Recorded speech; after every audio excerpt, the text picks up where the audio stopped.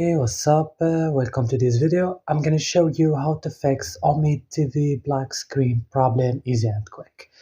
So the first step is to come into your settings of your phone and then go direct to your apps option.